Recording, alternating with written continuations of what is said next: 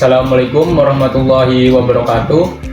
Kami dari kelompok 3 akan mempresentasikan hasil dari tugas kami, yaitu adalah proses isentropik, efisiensi isentropik, serta perpindahan panas dan kerja pada aliran steady state, dan juga aplikasinya pada turbin, nozzle, kompresor, pompa, dan kehidupan sehari-hari. Sebelumnya, izin memperkenalkan diri, nama saya ada Primadani Auno Rizky dengan NIM akhir 0021, dan juga ada rekan saya yang bernama Dugi Kiryonanta Zaki, ada Muhammad Iqbal Saifullah, dan juga Najah Maulidu Sabilan. Ya teman-teman, dalam termodinamika kita mengenal istilah proses isentropik. Sederhananya, ini adalah proses di mana nilai entropi sistem tidak berubah atau konstan selama proses berlangsung.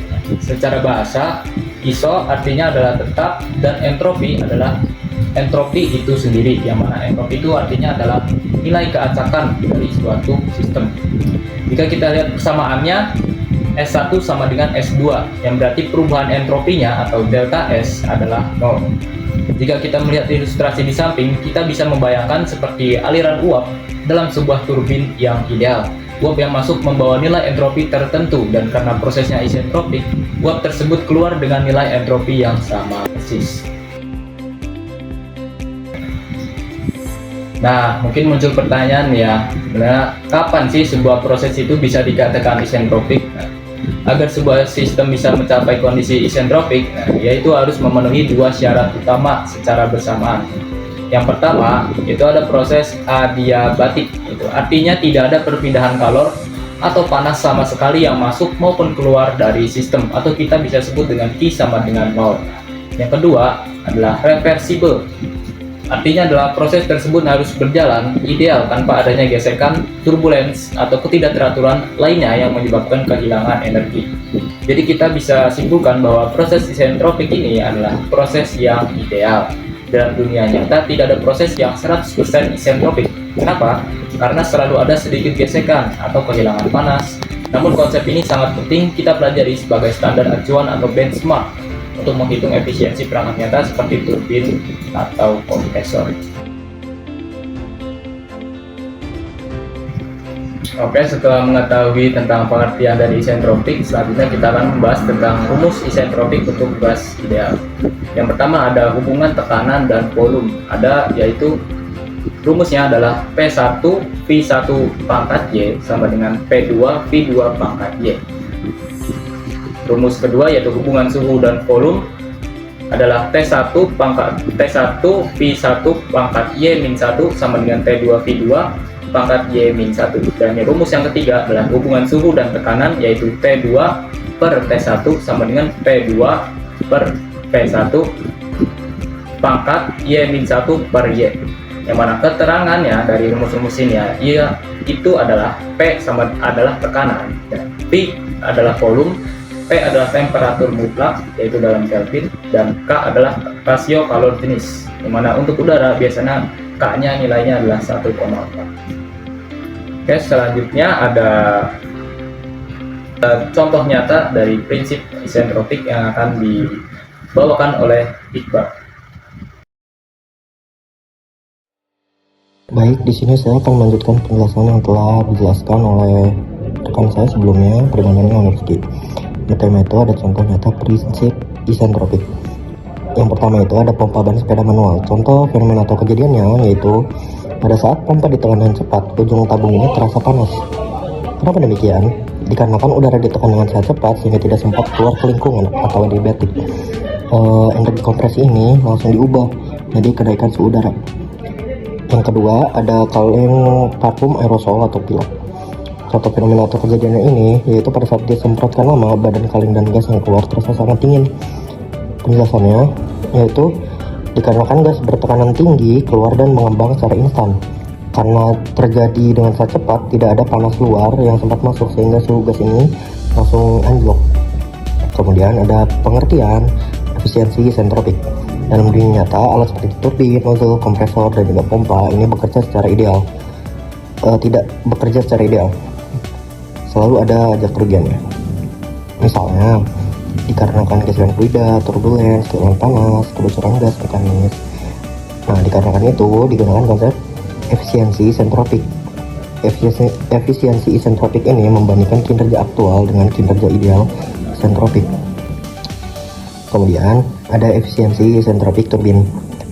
Turbin mengubah energi fluida menjadi kerja poros. Turbin ini menghasilkan kerja aktual selalu lebih kecil dibandingkan dengan kerja ideal atau isentropik dikarenakan adanya gesekan dan juga kerugian energi. Contohnya itu seperti turbin di uap PLTU, turbin gas di pesawat jet, turbin air di PLTA.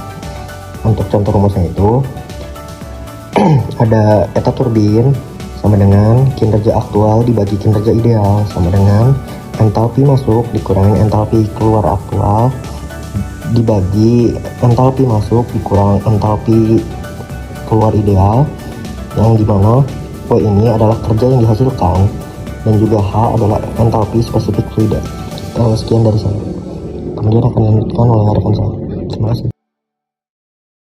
Materi ini izinkan saya memperkenalkan diri dahulu. Perkenalkan, nama saya Duki Kiron Bazaki dengan NIM akhir 109. Efisiensi isentropik kompresor dan pompa. Jadi kompresor itu untuk gas dan pompa itu untuk cairan.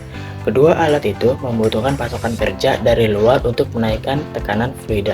Sini ada rumus dari kompresor, yaitu ada N kompresor sama dengan W ideal dibagi W aktual sama dengan entalpi yang keluar isentropik dikurang entalpi yang masuk dibagi entalpi yang keluar aktual dikurang entalpi yang masuk. Nah, setelah itu ada rumus dari pompa, yaitu N pompa sama dengan W ideal dibagi W aktual sama dengan V buka kurung P out dikurang P in dibagi entalpi yang keluar aktual dikurang entalpi yang masuk sama dengan entalpi keluar isentropik dikurang entalpi yang masuk dibagi entalpi yang keluar aktual dikurang entalpi yang masuk, di mana H adalah entalpi, V adalah volume spesifik, dan P adalah tekanan. Selanjutnya ada efisiensi isentropik nozzle. Jadi, nozzle adalah saluran dengan penampang menyempit yang berfungsi mempercepat aliran fluida atau mengubah energi tekanan menjadi energi kinetik atau kecepatan. Contohnya yaitu mesin jet atau ujung selang air. Efisiensinya diukur berdasarkan energi kinetik atau kecepatan aktual yang dihasilkan dibandingkan dengan kecepatan ideal isentropik. Di sini ada rumusnya, yaitu N nozzle sama dengan KE aktual dibagi KE ideal sama dengan V kuadrat aktual dibagi V kuadrat ideal, di mana KE adalah energi kinetik spesifik atau setengah V kuadrat. V adalah kecepatan fluida dalam bentuk entalpi.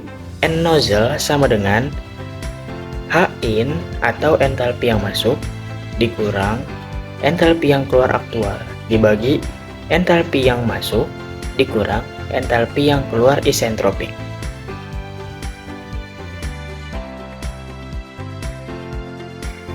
Selanjutnya saya akan menjelaskan steady state flow process. Perkenalkan, nama saya Nadja Maulidi Sabilan dengan NIM akhir 086. Steady state flow process adalah proses aliran fluida yang kondisinya tidak berubah terhadap waktu. Artinya, pada suatu titik tertentu, tekanan, temperatur, dan laju aliran masanya tetap, dan energi yang masuk dan yang keluar seimbang. Contoh alat steady flow, turbin, kompresor, nozzle, boiler, dan kondensor. Persamaan energi aliran tetap dengan rumus Q min W sama dengan M kecil dalam kurung HE min HI plus FE kuadrat min FI kuadrat per 2 ditambah G dalam kurung ZE min ZI tutup kurung dengan Q itu sama dengan laju perpindahan, W sama dengan laju kerjanya, M kecil itu laju aliran massa, H nya itu entalpi spesifik, V V-nya itu kecepatan fluida, G-nya percepatan gravitasi, dan Z itu untuk ketinggiannya. Selanjutnya saya akan menjelaskan internally reversible. Jadi apa sih internally reversible itu? Jadi internally reversible adalah proses di dalam sistem yang berlangsung tanpa kerugian internal. Apa yang dimaksud dengan kerugian internal? Jadi dalam proses itu tidak ada gesekan fluida, tidak ada turbulensi besar, tidak ada pencampuran yang tidak terkendali, dan perbedaan temperatur yang ekstrim di dalam sistem. Secara sederhananya sebenarnya proses ini bisa dianggap sangat ideal.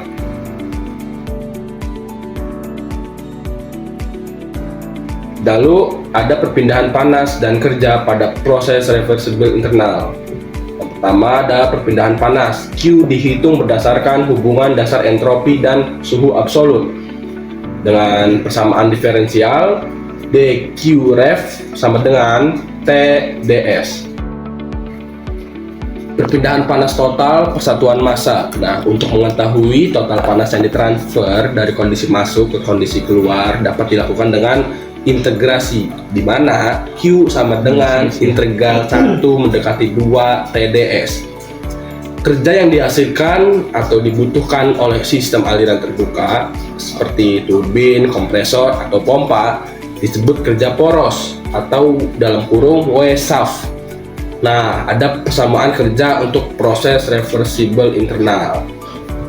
WSAF sama dengan min integral 1 sampai 2 V dP min delta KE min delta PE, dengan keterangan V adalah volume spesifik dan P adalah tekanan, delta KE perubahan energi kinetik, dan delta PE perubahan energi potensial.